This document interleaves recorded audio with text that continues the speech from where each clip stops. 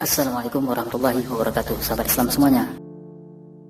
Ada sebuah nubuat yang diyakini oleh kaum Nasrani dan Yahudi yang tertulis dalam kitab Perjanjian Lama bahwa salah satu tanda kiamat sudah mendekat, yaitu adanya ikan yang dapat hidup di laut mati. Baru-baru ini Breaking Israel News melaporkan bahwa dalam beberapa tahun belakangan ini laut mati telah mengalami pendangkalan. Namun yang paling mengejutkan adalah ditemukannya sejumlah ikan dan vegetasi air yang dapat hidup di dalam laut ini, sesuatu yang diyakini mustahil terjadi sebelumnya. Nubuat ini berasal dari kitab Ezekiel atau Yehezkiel yang merupakan salah satu nabi besar dalam ajaran Yahudi. Baiklah, sebelumnya mari kita sedikit membahas tentang Laut Mati. Laut Mati atau Dead Sea adalah danau yang membujur di daerah antara Israel, Palestina, dan Yordania. Laut Mati sebenarnya bukanlah laut, melainkan hanya sebuah danau saja. Disebut laut karena danau Laut Mati berair asin dan memiliki wilayah yang luas, panjang 47 mil dan lebar 10 mil dengan total luas permukaan sekitar 360 mil. Sedangkan kedalaman laut mencapai 422 meter. Lalu mengapa disebut Laut Mati?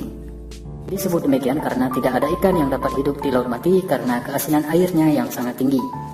Laut Mati biasa disebut dengan Laut Garam karena perairannya mengandung 33,7% garam atau sekitar 9 kali lebih banyak dari kandungan garam di laut biasa.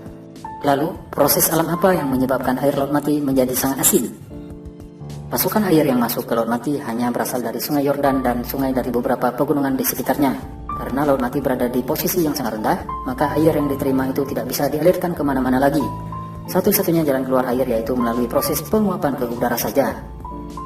Itulah sebabnya air Laut Mati menjadi sangat asin karena air yang mengalami proses penguapan meninggalkan zat-zat mineralnya.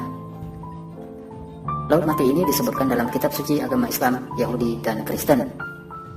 Dalam Al-Quran, Laut Mati ini disebutkan dalam surah Ar-Rum ayat ketiga yang memberitakan tentang kekalahan bangsa Romawi di tempat yang paling rendah di bumi. Ya, Laut Mati merupakan dataran terendah di muka bumi, terletak 422 meter di bawah permukaan laut. Laut Mati terkenal karena kisah kaum Nabi Lut alaihissalam yang melegalkan perilaku homoseksual. Karena umat mengabaikan seruan Nabi Lut, maka Tuhan memerintahkan Nabi Lut untuk menyingkir dari kota Sodom dan Gomorrah. Laknat Tuhan datang melalui sebuah gempa vulkanis yang diikuti letusan lava. Kota-kota tersebut diruntuhkan lalu dijungkir balikkan masuk ke dalam Laut Mati. Nah, baru-baru ini ada kejadian menarik di mana para ilmuwan menemukan fakta yang aneh bahwa telah terlihat sejumlah ikan berenang di dalam Laut Mati.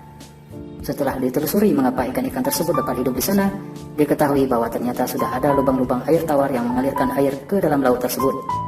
Sebenarnya tidak ada keajaiban ilmiah pada kejadian ini. Namun dari sudut religi, orang-orang Yahudi dan juga Kristen yakin bahwa ini adalah salah satu nubuat yang terdapat dalam kitab Yehezkiel 47 ayat 8 hingga 10 yang mengisahkan bahwa akan datang masa di mana air Laut Mati menjadi tidak asin lagi dan banyak ikan yang hidup di sana. Orang-orang Yahudi yakin bahwa kutukan terhadap Laut Mati akibat dosa kaum Sodom dan Gomorrah telah dicabut oleh Tuhan seiring dengan adanya ikan-ikan yang dapat hidup di laut tersebut. Lalu, apa hubungannya nubuat dalam kitab suci agama lain dengan Islam? Mengapa kita umat Islam harus repot memikirkannya?